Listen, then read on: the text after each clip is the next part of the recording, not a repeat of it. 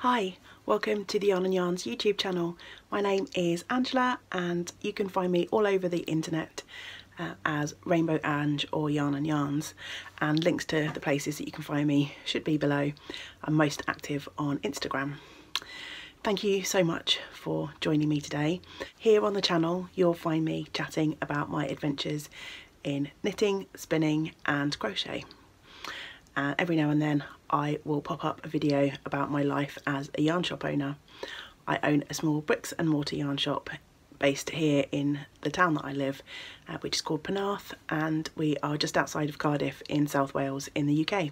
I just want to say a very big thank you to anyone who is coming back to the channel, and of course a very big welcome to anyone who may have watched just one or two videos. My subscriber numbers seem to be staying around about the same sort of level, but I seem to lose a couple of people and then gain a couple of people, so yeah. But each and every one of you that watches, I very much appreciate the time that you spend with me. I didn't record last week. I was all set to record, but then we had some very sad news, and I'm not going to say much about it here because it's not really my story to tell.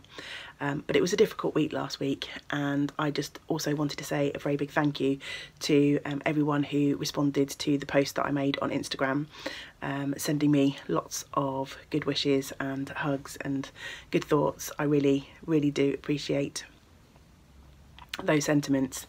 I don't want to say that life is getting back to normal because I don't think it ever really will in some senses, but I'm starting to feel like I am getting my energy back a little bit. It's been a bit of an odd week all around, just creatively I haven't really felt like doing too much, which is very unusual for me. But I thought I'd try and get back into the swing of things. I thought about not recording again today, but then I thought the longer I leave it, the harder it will be to get back to it. And I really do enjoy doing it, so I thought I'd come back. I just ask for your forgiveness if my energy is not quite as there as it usually is. Anyway, that having been said, I'm just going to jump straight in. I've got some knitting, some crochet and some spinning, and I also want to share with you some wonderful things that have been sent my way. I think I'm going to start with crochet. I've done a little bit more on my granny stripe blanket, which I have shown. I also picked up and did a few more rounds for my Babette blanket, which I've also spoken about before here on the channel. It was one of my projects that I cast on for my 12 cast-ons of Christmas, and there's plenty of videos on that subject if you rewind on the channel a little bit. But this week I've actually got out my oldest WIP that's not a blanket, and that happens to be a crochet project, and it's living for the moment, although I think I may need to swap out the bag, in this lovely bag that I made myself from some lovely wool fabric. I got a few scraps of this from a local fabric shop, and some linen effect cotton, but it is cotton. I made this a little while ago and I really love this bag, so as I saw it sat on the shelf behind me, just behind me, you can't really see, just down there, I have all of the works in progress bags lined up, and I thought it was time that I took this one off the shelf. Now, because I know what I'm like, and quite often I'll put a project away and it won't get worked on for a little while, I'm usually pretty good at leaving myself copious notes, so I know exactly where I'm at. But when I pulled this project out, it didn't even have a pattern in the bag with it, let alone any notes as to where I was. But luckily, I was first started this project with an idea of it being a sample for my shop, so I knew I had another copy of the pattern in the shop. And this is the pattern in question. It's from Stylecraft Yarns, a pretty well-known company here in the UK, and it's a pattern for a crochet top. And I have to confess, I have been crocheting for quite a few years now. I've never made myself a crochet garment, and I really liked the look of this top, so I figured I would make one up as a shop sample, and I just lost steam on it really. I tend to gravitate towards knitting before crochet, mostly because when I am crocheting I have to look at my work, whereas if I'm doing simple knitting I can just do that without really looking. So yeah, knitting is always the thing that I tend to gravitate towards. But I poured this out of the bag this week and I'm knitting, I'm crocheting this project on with some lovely yarn from Stylecraft. It's in their Batik range, but this is the Batik Element, which is a variegated. So I poured this out of the bag and I thought I'd finished the back, and then the back piece was still on the hook. It took me a while to figure out that I had actually finished the back, but I just hadn't fastened it off. So this is the back piece that I had already done. So as you can see there, it's got a slightly different texture on the bottom, and then just a repeating pattern for the main part of the back of the garment. So I just fastened that one off, and then I made a start on the front piece, and this is as far as I have got so far. So I've done that bottom texture panel, and I have just finished the first repeat of the main pattern now. So yeah, I'm glad to be working on this, and this is something that I should be able to take back to the shop and work on, because obviously it's pattern and yarn that I sell in the shop, and I've got a little bit of one sock left to finish, and then I'm at the bottom of my commission projects, so I can go back to working on some shop samples, which will be really nice. So yeah, I'm kind of really excited to have this one back out again, and see how it turns out. I'm fairly sure that with a bit of concentrated effort this won't actually take that long to do. I'm working it up on just a 4mm hook. This is a hook from Knit Pro. It's in their Knit Pro Waves range, and 4mm is orange, so that's always going to make my heart happy. I do have one other thing to confess about this project. So I remembered when I first started it that I cast on for the size that I would usually knit, and after a couple of rows it was apparent that the top was going to be way too big. I think I'm a fairly loose crocheter in the scheme of things. And I remembered that I then went down a couple of sizes and then did a bit of jiggery pokery to get to a size that I was happy with. But of course, not having any notes, I was relying on my memory as to what I did. So my first thing that I had to do was try and figure out how many stitches I started. So it was fairly easy to count these. The first sort of row after the foundation is well, there's two rows. There's a row of doubles and then a row of trebles. I'm talking UK crochet terms here.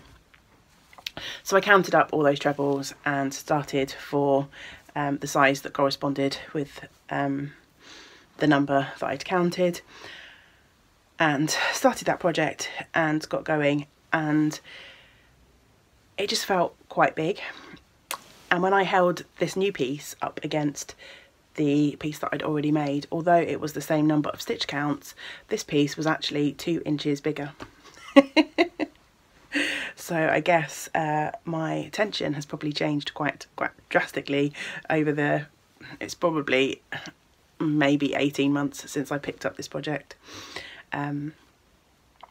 But I couldn't be bothered I'd done about 4 rows at this point, and I couldn't be bothered to start again. So I started working backwards and forwards over the lesser stitch count. I worked out that I had to take out 12 stitches, and then I took my scissors to my crochet and just cut a piece off and then wove in the straight ends, and that's worked out okay.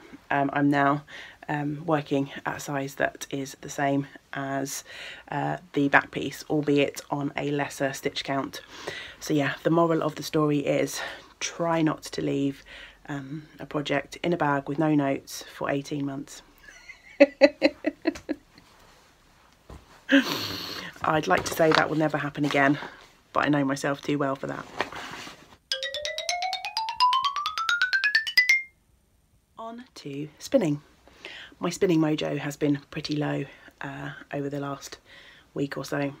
It's usually the thing I do before I head off to work in the morning.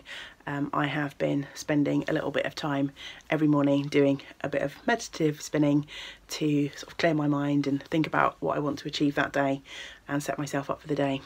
But because I've been a bit melancholy this week, my mind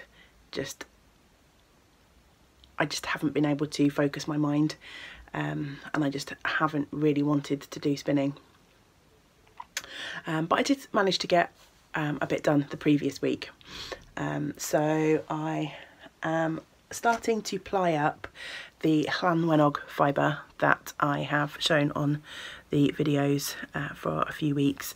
This is the fibre that I bought at Wonderwall a couple of years ago, and I'm spinning it up in the hopes of knitting a shawl.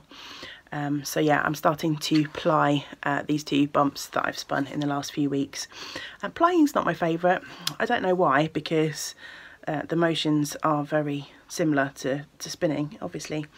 But I just don't get the same satisfaction from plying as I do when I'm spinning the initial singles yarn. But yeah, I need to keep plugging away at that. I'd like to try and cast my shawl on in the next couple of weeks. Wonderwall is fast approaching. There is a chance that I may not be able to attend now. It just depends what happens over the coming week or two. I should know for sure. But if I do go back, I'd like to have an idea as to whether I actually need to buy or source some more of this Llanwenog fibre. But I'm using my beautiful Spin City UK spindle to spin and ply this yarn. Hopefully I can finish the plying of that this week, and then I can start on the other half of the fibre that I've got left. Alongside that, I also spun up a few rolags that I had.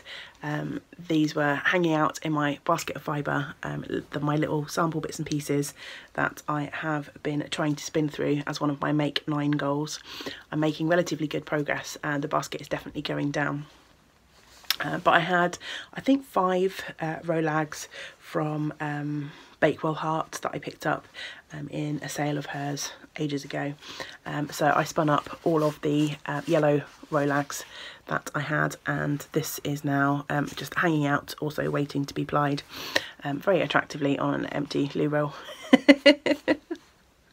I'm not sure how this is going to work out. I think one of the things that I don't enjoy about plying is that sometimes my fibre gets twisted up on itself. I don't have a lazy Kate. I've tried to make a makeshift one from a cardboard box and things, but I never quite seem to get a good sort of rhythm going where the yarns don't end up awkwardly sort of curling up on themselves. So I've shoved a loo roll halfway up this ball. I'm going to apply this as a 2-ply from the inside and the outside. I'm not sure how this will work. I think the cardboard tube may get in the way. But I'm going to give it a go. I'm trying out all sorts of different things at the moment just to try and come up with some sort of system that works better for me and makes plying a slightly less frustrating experience.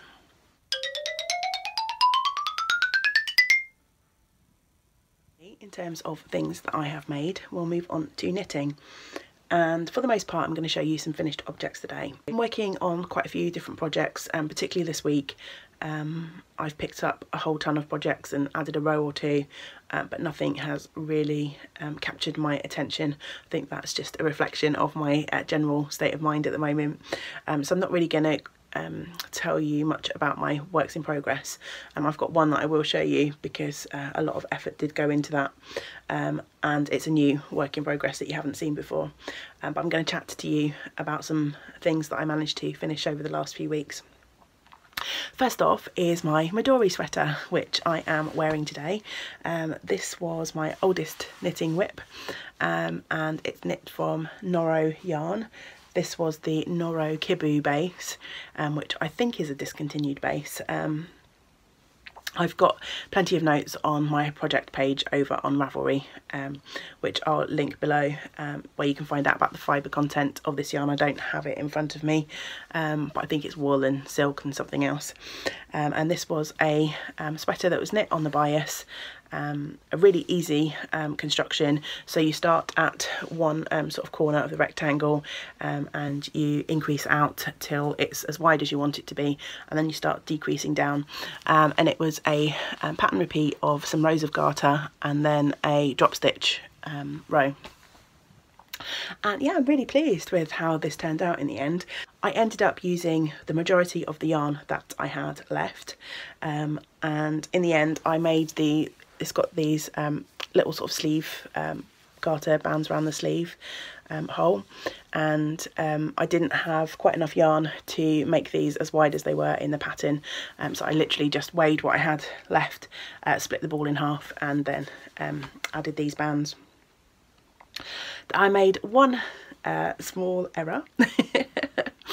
Again, probably a symptom of having a project on the go for a while and kind of picking it up and putting it down.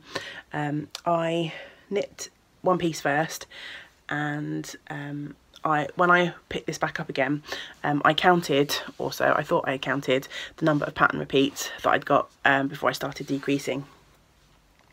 It turns out I should have looked on my Ravelry project, because on my project notes I wrote down how many pattern repeats I actually did, and when I counted, I managed to count 2 extra pattern repeats than I thought. So one piece has turned out slightly longer than the other, but that's okay. I've put the longer piece at the back and left a little sort of split hem, and there's plenty of designs out there now. It seems to be something that's relatively popular at the moment, where the back of a sweater is slightly longer than the front, so it really doesn't matter. But yeah, it just kind of made me chuckle that I'd made that mistake when I came to sew the piece together. I realised I'd done that accidentally. Put it into a feature of the garment and all's good. This sweater fit really well when I first started wearing it. It has stretched out slightly. I thought this may happen because it's garter, and there's no real kind of finishing to this. The neck is left as a raw edge, as is the bottom of the sweater. It was just the armholes that had some stitches picked up. It's not stretched to the point of it looking awful, and I wore this constantly for the first week after it was finished, so it's had quite a lot of wear already. But yeah, I'll be interested to see over the coming months whether it's kind of settled into what it's going to be, or if it stretches out anymore. So I think if I ever made this garment again, I might take that into account and perhaps make it slightly smaller initially, in the knowledge that it's probably going to grow slightly with wear. But I'm not displeased with it at all. I really like it, and I have had many compliments while I've been wearing it. I knit the Midori on 4.5mm needles, I think. Moving on to my next finished object, and this one is a fairly newly finished object.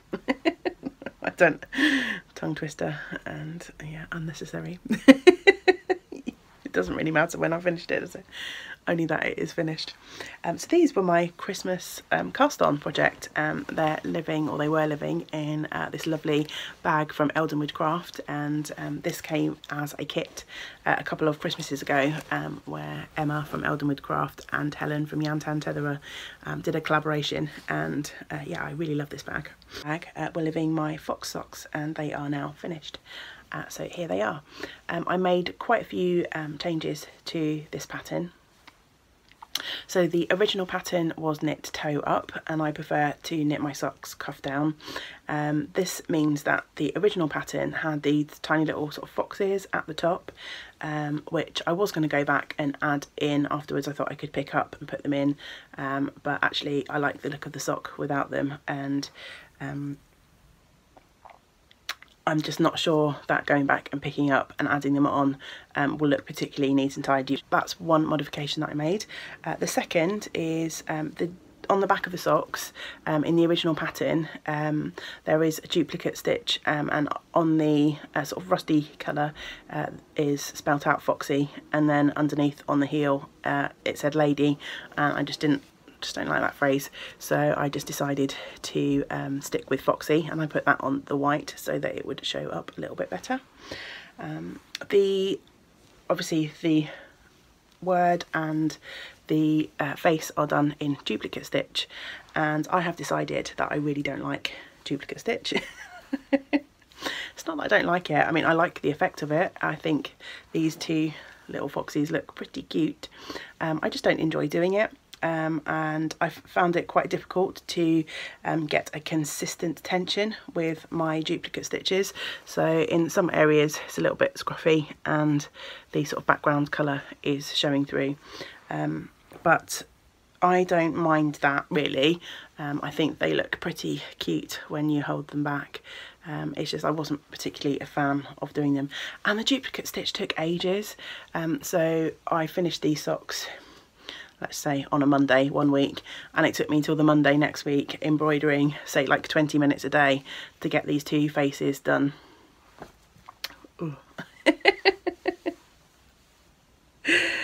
So yeah, there's probably not going to be too much duplicate stitch in my future. I am happy with the way they turned out though. The main colour of the sock is a Coop Knits Soxier yarn, which I picked up at Yarnporium last year. I'll just see if I've still got the label in the bag. And it's in the Almondine colourway, which is colour 117. That's Soxier. And then the white was just some Cascade Heritage that I had in my stash, and the brown is a little bit of opal that I also had in my leftovers box. I ran really close with the main colour yarn for this, and I think I maybe have like 1 or 2 grams left. This is the tiny little ball that I have left. Haven't actually weighed it. But yeah, as I was coming to the bottom of the second sock, I was wondering whether I'd end up with the tip of one sock in a different colour. I know that I can get a pair of socks for me out of a 50-gram ball if I put in contrast heels, toes and cuffs, but obviously on this one I only put in a contrast heel. So yeah, I cut it fine, but I made it in the end. Those I knit on 2.25mm knit pro zings, and I think I altered the stitch count as well. I think the original socks were maybe 60 stitches and I usually knit on 64 stitches, so I just knit my normal stitch count. It didn't really make a difference in the scheme of things. So yeah, those are my fox socks. I can't remember the designer of the socks. These socks were in a magazine and I don't have the magazine to hand, but again, all the details will be on my project page over on Ravelry. I've got one more finished object to show you, and this is in another Eldenwood craft bag. All of my Eldenwood craft bags getting some use this week. So this is a bag that I picked up at the Knit Tea Retreat last year. So the Knit Tea Retreat pin badge on there, and I also have a badge from Anne-Catherine Begg on there, which I picked up at Yarnporium. I love this bag. The colour is just lovely. And in this bag is living Natalie, who is the mystery gnome. So Imagine Landscapes, who is Sarah Shearer, recently ran a mystery gnome along, and every few days we were getting clues with regards to knitting up a new gnome. And if you've watched in the past, you'll know I've knit up several of these gnomes, and here is my Natalie. She's lovely. She's probably, I think she is the biggest gnome. So before Natalie, this was my biggest gnome. So here she is. She's quite a bit taller than this fella here, but she's lovely. I really love her. I spun up all of the yarn with this project in mind. We were given some idea as to what sort of yarns to use. So because there's obviously a sort of leafy textured stitch pattern on the hat, the advice was to go for something not too variegated or speckled that would show that detail up.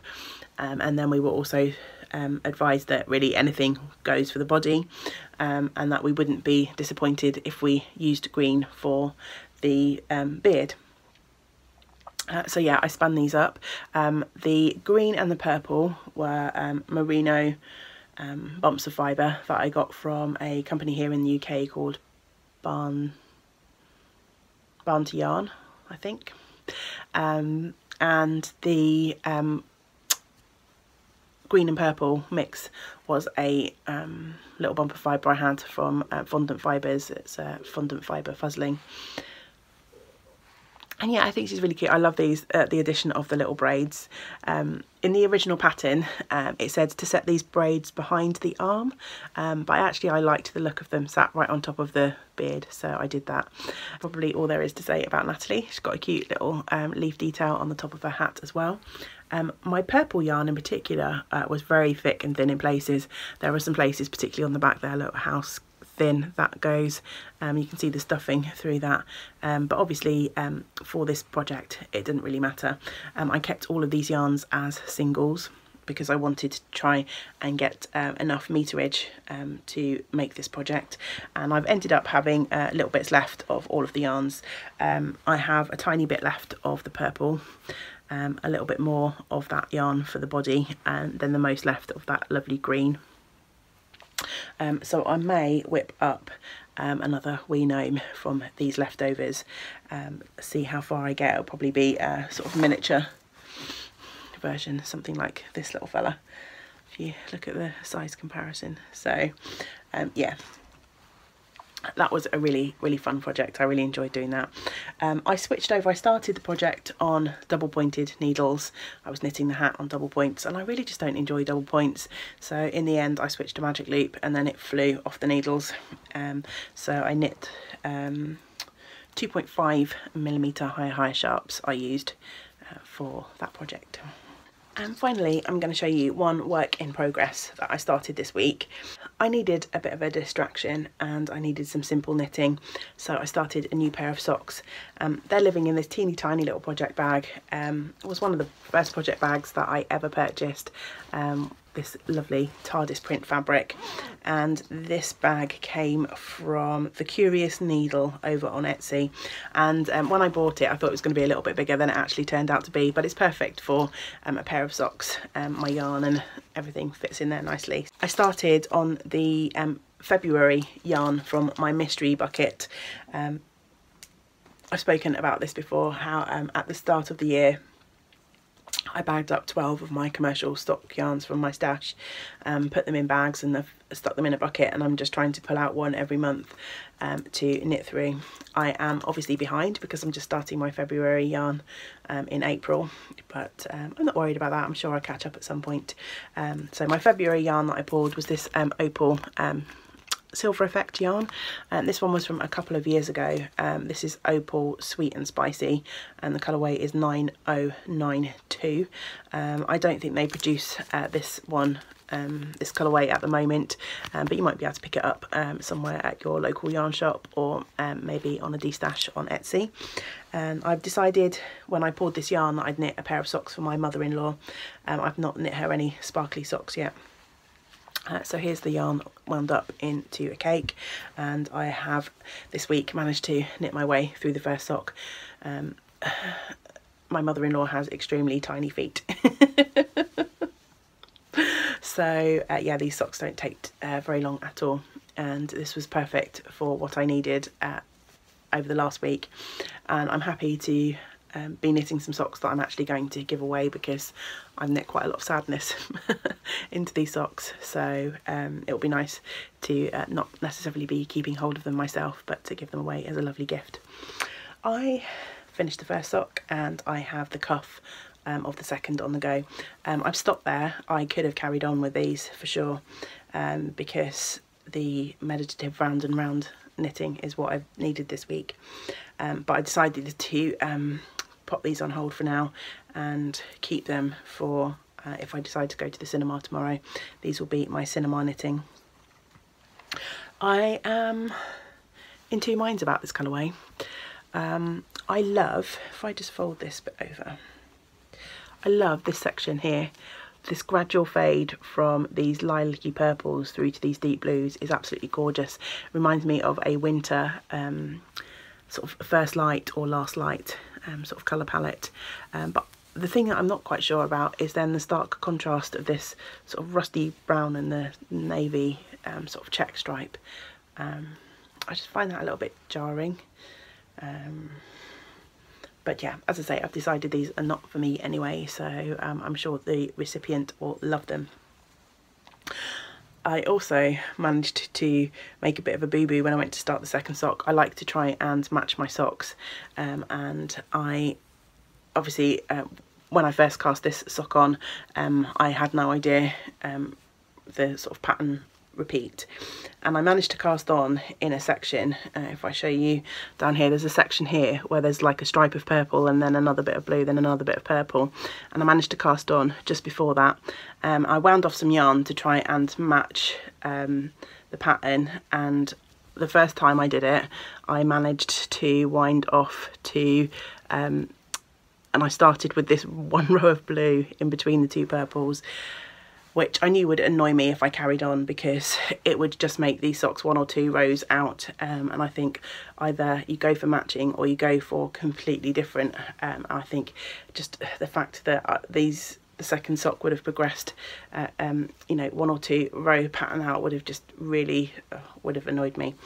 So I wound off another bit of yarn. So I've got these too many balls hanging out, but that's fine. One of these should be enough to do a heel.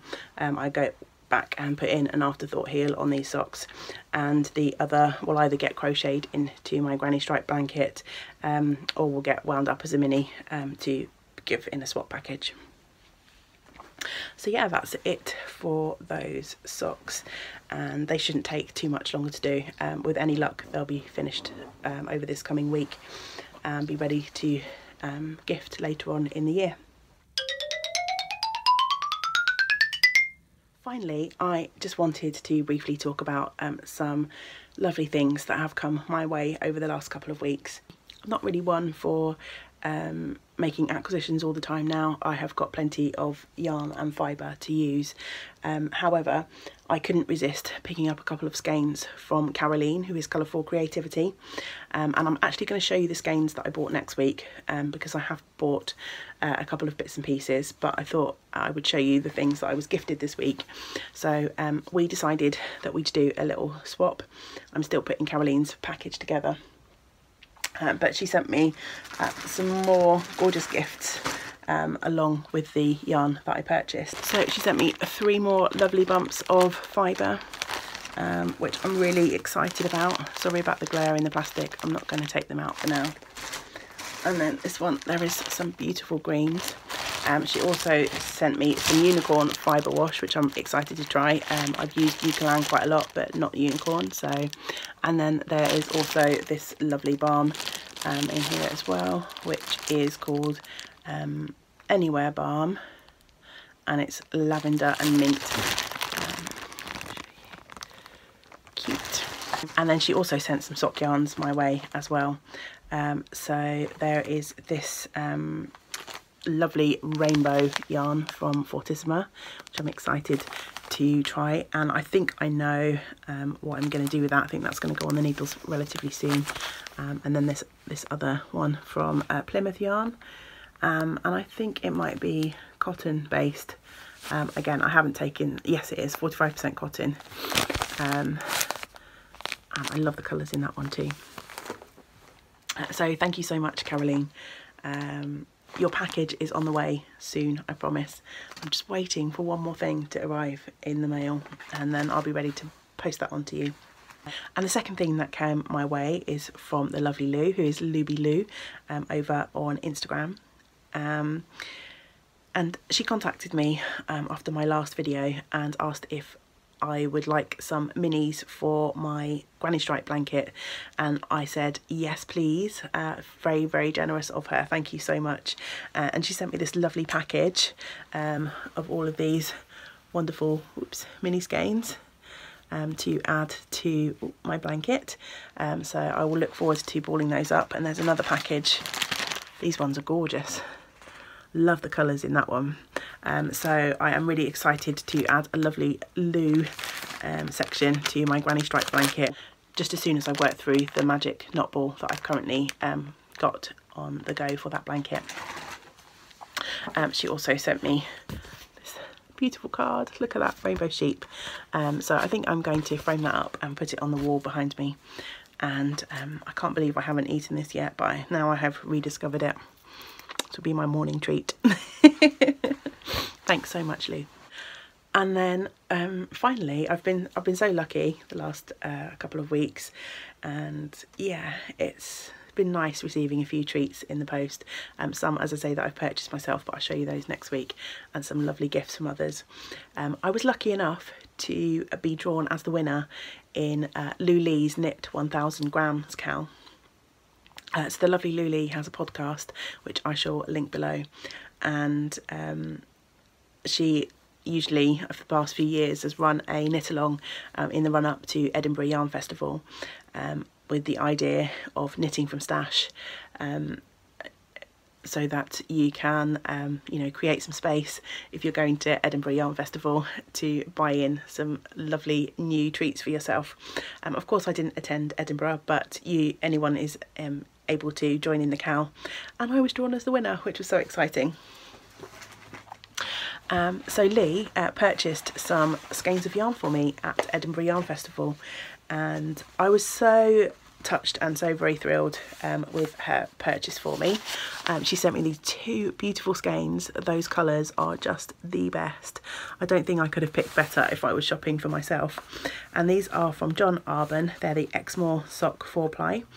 So 60% Exmoor Blueface, 20% Corriedale, 10% Swarballs and 10% nylon. It's superwash yarn, made in the UK. These are 50 gram skeins, 200 metres.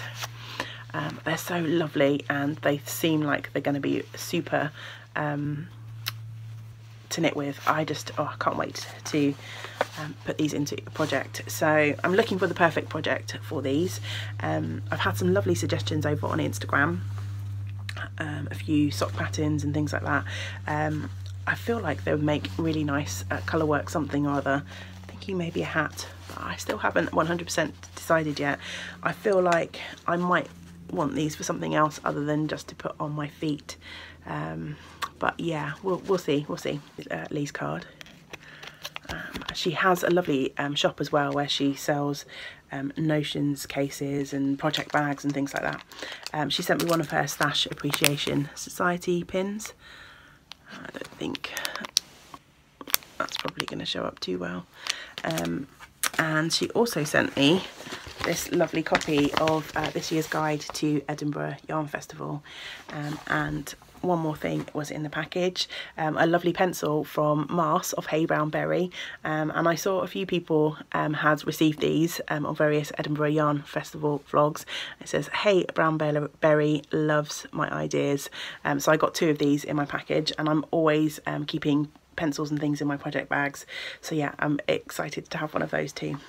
Okay, so that is everything I think for this episode. Thanks so much for sticking with me. It's probably going to be a slightly longer episode again, as I had some lovely things to talk about, and it's been 2 weeks. So yeah, without further ado, I think all that is left to say is I hope you have a wonderful week and you get to do some of the things that you enjoy. And until next time, great big woolly hugs to you all. Bye for now.